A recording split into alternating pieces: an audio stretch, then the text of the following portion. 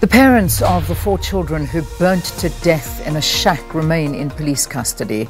Bongiwe, Ngubeni and Nelisiwe Fihlani appeared briefly in the Alexandra Magistrate's Court in Johannesburg yesterday. The mothers face charges of culpable homicide, child abuse and neglect after they allegedly locked up their children in a house which later caught fire. This while Ngubeni and Fihlani have been severely criticised for the act and apparent drinking spree they went on, and issues of absent fathers and parental behaviour have once again been raised. To discuss this further, we're joined in studio now by Naku Masuku, who is a National Director at Families South Africa. Naku, thank you very much for joining us. Welcome to Morning Live. Thank you, Leanne. Thanks to the viewers as well. Yeah, you know, this is a story that I don't know where to begin talking about a story like this. I mean, to see the MEC visiting and bursting out crying, I think that kind of almost spoke to how I would have reacted if I had to have gone to the environment that this had happened in.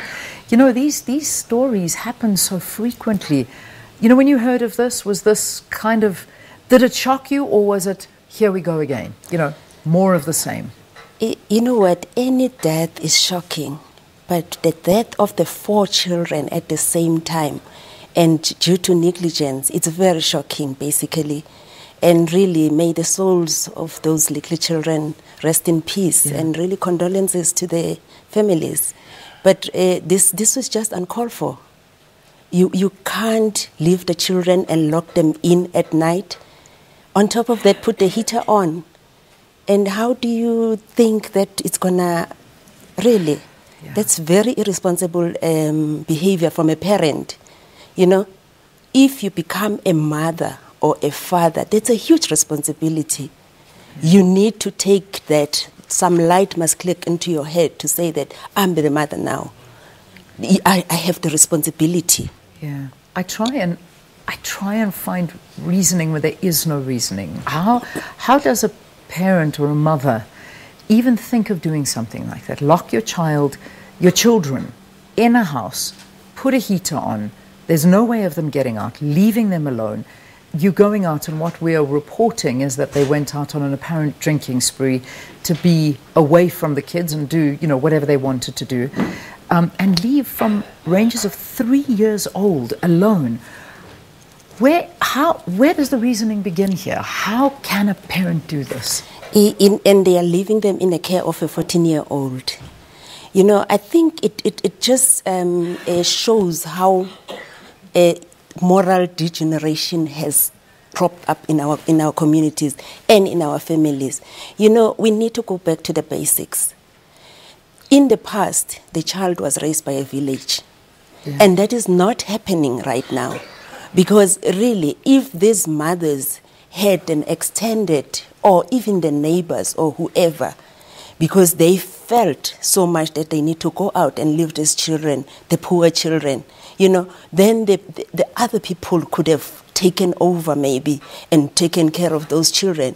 But now, because we are so focused in the nuclear type of a family unit, we don't interact in the communities.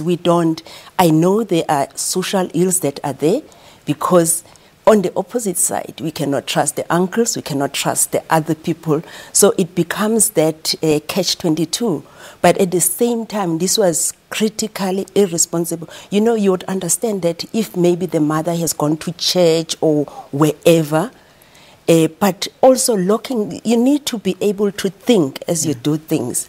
You know, these are poor souls that didn't have anything and anywhere to go. No. I really understand why the MEC broke down. Oh, absolutely. I mean, it's your emotions get the better of you, and you know, even as a person who reads the news and is a news anchor every single day, seeing these kind of stories, I must say, when I saw this story, I got a choke up in my throat thinking of those children in that situation, and the desperation and the banging on that door and the screaming that must have been taking place to try and escape, and they couldn't. But let's try and take this from another angle and talk about the family values that we are losing, because you mentioned a nuclear family, and that ideal has changed. It's not like this unfortunately, anymore. You know, the basics and what is lacking in family units? Because, you know, Naku, the face has evolved, but what actually, in your opinion, constitutes an ideal family unit these days? You know, the family units in these days, there is nothing ideal because there are different types of families. There will be a family where it's a family of the four, like the usual one, which is the mother, the father, and the children, maybe. And then there will be an extended family where maybe it includes the grandparents. And then there will be a family where it's just the mother and the mother and the other. You know, there are different types of families, but the family values, we are really losing them.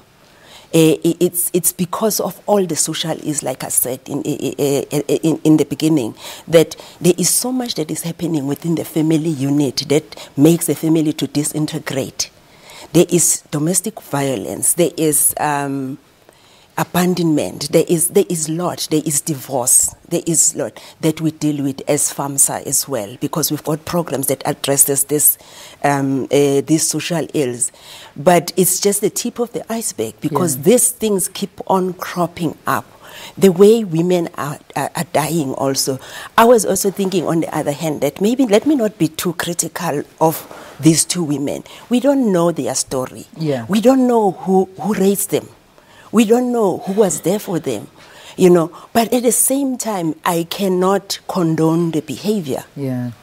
It's difficult to condone the behavior. And I've also heard a lot of people saying, okay, we can point fingers at the mothers and say what we want to, and we're always condemning the mothers. But where's the father? Because at the end of the day, I mean, we saw these statistics being released about the issue of the absent father in the nuclear family, where it is a very big issue here in South Africa, and the father is nowhere to be found. You know, you speak to a child, you speak to a mother, and you say, oh, okay, well, where was the dad? And they shrug their shoulders and say, we haven't seen him in years. We don't have a clue.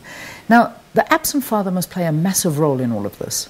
Very truly, because you find that the mother is carrying all the load because of the absent father.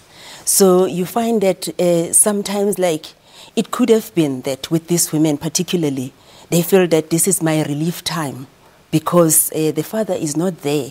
They find a consolation in alcohol abuse, maybe.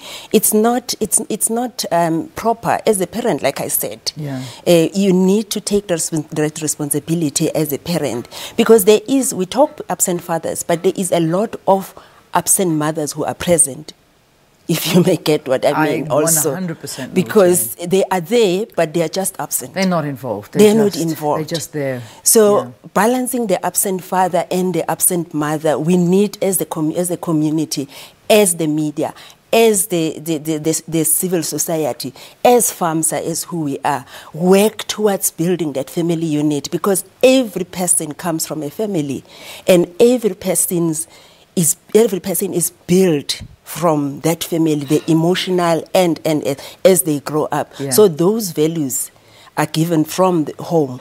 So as you grow up, then you then take that into the communities. But if you don't have a solid background, then there is missing somebody. There are many missing links. And, you know, when we look at our crime stats that have been released, and it is the violent crime that is a worry. But when you look at the kind of circumstances that people are growing up in, the societies and the communities that they are living in, that there is rape, there is violence, there is... I mean, we had in our news a clip, I'm not sure if you saw it, of a young schoolboy beating up a bus driver. You know, you learn it somewhere. It doesn't just happen.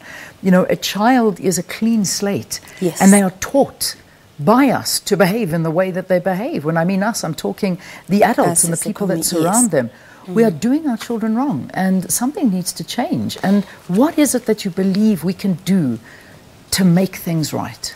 We need to work on the family unit, because like I said, that's where the child is molded from birth up until, and the parents, as soon as you conceive that child, you need to know that you have a bigger responsibility.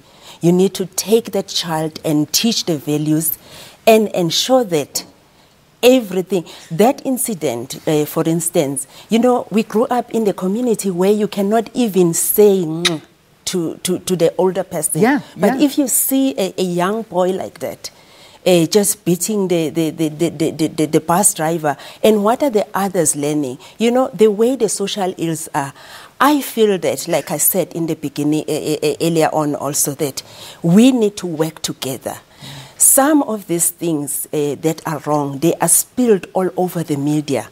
And then it makes other children to think that that's a proper way to do it. So, but if we make together and counter what we see on TV with the positives and that the children can learn from, you know, I was attending the round table on the white paper on families in the few weeks back. Yeah. And we were talking about this preservation of families. So I thought that with that we need the role of the media to be more on the positive side of rebuilding the family. And also the government should invest in the family. You know, because at the end of the day, like we were saying earlier on, the crime statistics, the street children, you know, everything comes from whoever didn't get the care from their families. Yeah, you know, there's no, so there's it no spills way of out, and the taxpayers' money is spent on trying to fix the social ills. Yeah. But if we invest in a family unit, then we'll be much better. I mean, there's no way of taking this out of the equation when we look at the bigger picture of where we sit as a country. And if we take it back to the basics, I think everything you're saying is possibly where this is stemming from.